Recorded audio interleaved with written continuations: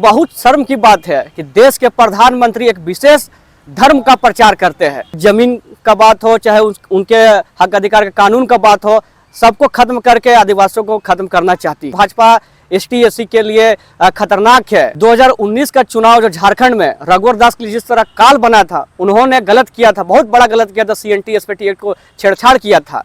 तो उसी तरह इस बार 2024 में ये प्रधानमंत्री के लिए, नरेंद्र मोदी के लिए यूनिफॉर्म सिविल कोड एक काल बनेगा। यूनिफॉर्म सिविल कोड देश के ST SC OBC समाज के लिए बहुत खतरनाक कानून है।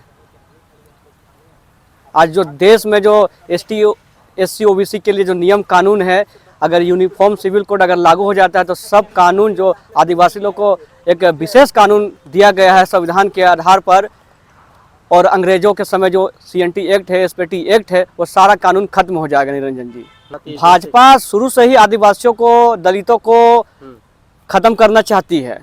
इसलिए तो ये पुनः जो गुलामी की ओर, जो आज़ादी से पहले जो गुलामी की ओर था भारत, जो ST SC OBC दबे कुचले लोग, जिनको स्वर्ण लोगों के द्वारा जो दबाया जाता था, आज फिर से पुनः बीजेपी की सरकार आज ST SC OBC को दबाने के लिए ये यूनिफॉर्म सिविल कोड ला रही है। अगर अब चुनाव का अगर माहौल देखिएगा, आगामी लोकसभा का चुनाव आ रहा है, तो हमारे जो प्रधानमंत्री है देश के नरेंद्र मोदी, वो ब्राह्मणों को कहेगा कि अपना बेटा बेटी का शादी ST SC OBC समाज के लोग से शादी करने के लिए बोलेंगे, क्योंकि उनको चुनावी लाभ लेना रहता है।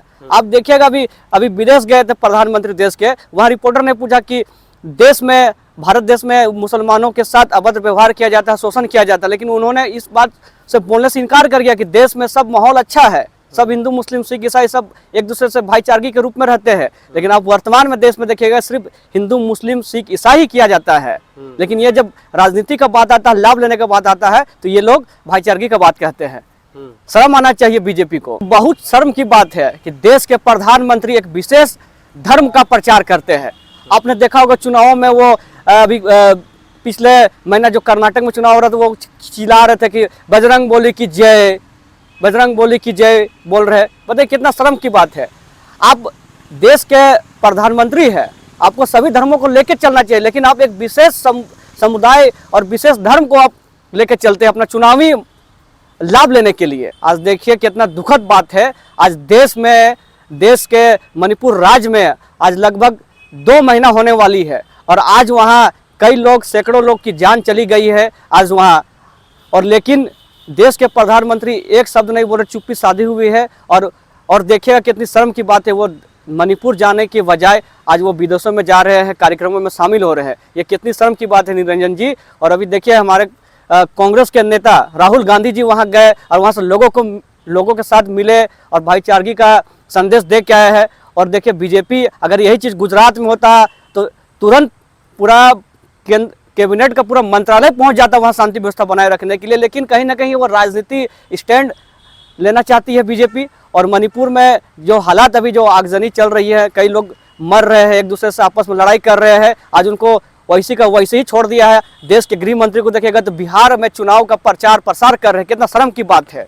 कानून व्यवस्था मणिपुर में सामान्य करना चाहिए, लेकिन वो देखिए चुनाव में प्रचार प्रसार कर रहे हैं बिहार में। कितना शर्म की बात है। गृह मंत्री को तो तत्काल इस्तीफा दे देना चाहिए। सिविल कोड को रोकने के लिए अभी पिछले दिनों एक आदिवासी समाज का बृहद रूप से एक बैठक रखी गई थी। उसमें एक सुर ने सभी सामाजिक संगठनों ने कहा कि यूनिफॉर्म सिविल कोड का विरोध करेंगे जब तक सरकार इसको वापस नहीं लेती है। और आगामी 5 जुलाई को राजभवन के समीप एक दिवसीय धरना भी रखा गया है, जिसमें हजारों की तादाद संख्या में लोग शामिल होंगे।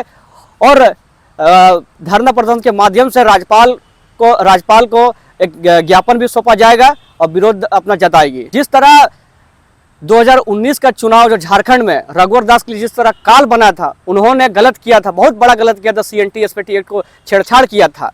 तो उसी तरह इस बार 2024 में ये प्रधानमंत्री के लिए, नरेंद्र मोदी के लिए यूनिफॉर्म सिविल कोड एक काल बनेगा और सत्ता से बेदखल होगी। आज देखिए, आज हूल दिवस है, 30 जून। सिद्धू कान्हू चांद भैरव फूलर झानो के नेतृत्व में 1855-56 में एक विद्रोह हुआ था अंग्रेजों के खिलाफ।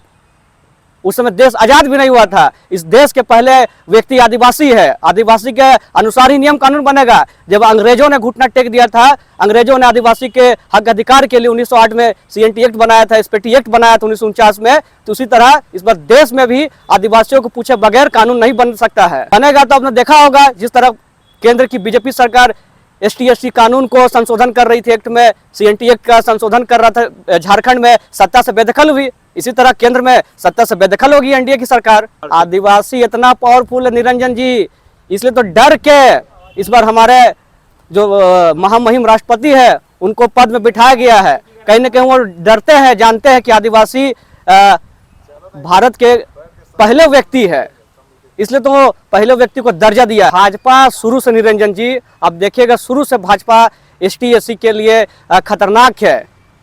वो हमेशा आदिवासियों को, चाहे जमीन का बात हो, चाहे उनके हक अधिकार के कानून का बात हो, सबको खत्म करके आदिवासियों को खत्म करना चाहती है। अगर गलती से अगर ये कानून लागू हो जाएगा तो जो पूर्व में जो ST/SC OBC को सवर्णों के द्वारा जो दबाया जाता था वो फिर से पुनः चालू हो जाएगा। भारत में रहने वाले ST/SC OBC के लोग जो 85% आबादी के हैं वो फिर से गुलामी की ओर चले जाएंगे। इसलिए पूरे देश में ST/SC OBC के लोग यूनिफॉर्म सिविल कोड का विरोध कर रहे हैं और आगाज हो गया है। जिस तरह ST/SC कानून को भी संशोधन कर रहे थे देश में यही बीजेपी की सरकार, और उनको वापस लेना पड़ा। उसी तरह दोबारा इस सरकार को अभी तो वो पब्लिक नोटिस जारी किया और विरोध चालू हो गया है, लोग प्रतिक्रिया में विरोध दर्ज कर रहे हैं। उसी तरह यूनिफॉर्म सिविल कोड को वापस लेना पड़ेगा नरेंद्र मोदी की सरकार को। भारत देश एक सांस्कृतिक राष्ट्र है, इसमें हिंदू, मुस्लिम, सिख, ईसाई सभी धर्मों के लोग रहते हैं। ये कि इनके कहने से चलेगा हिंदू राष्ट्र। इस देश का पहला नागरिक आदिवासी है। कभी हम लोग ने कहा कि यह देश आदिवासियों का देश है? यह देश सांस्कृतिक देश है और यह सांस्कृतिक राष्ट्र है। इसमें सभी धर्मों के लोग भाईचारगी के साथ रहते हैं। और ये जो बैठे हुए रहते हैं पाखंडियों, जो उनके द्वारा कहा जाता है हिंदू राष्ट्र, ये कतई कभी नहीं होने वाला है। ये लोगों को बरगलाते हैं और अपना चुनाव के माहौल में ये फायदा लेते हैं। ये बोल के अपने वोटरों को कन्विंस करते हैं हिंदू राष्ट्र।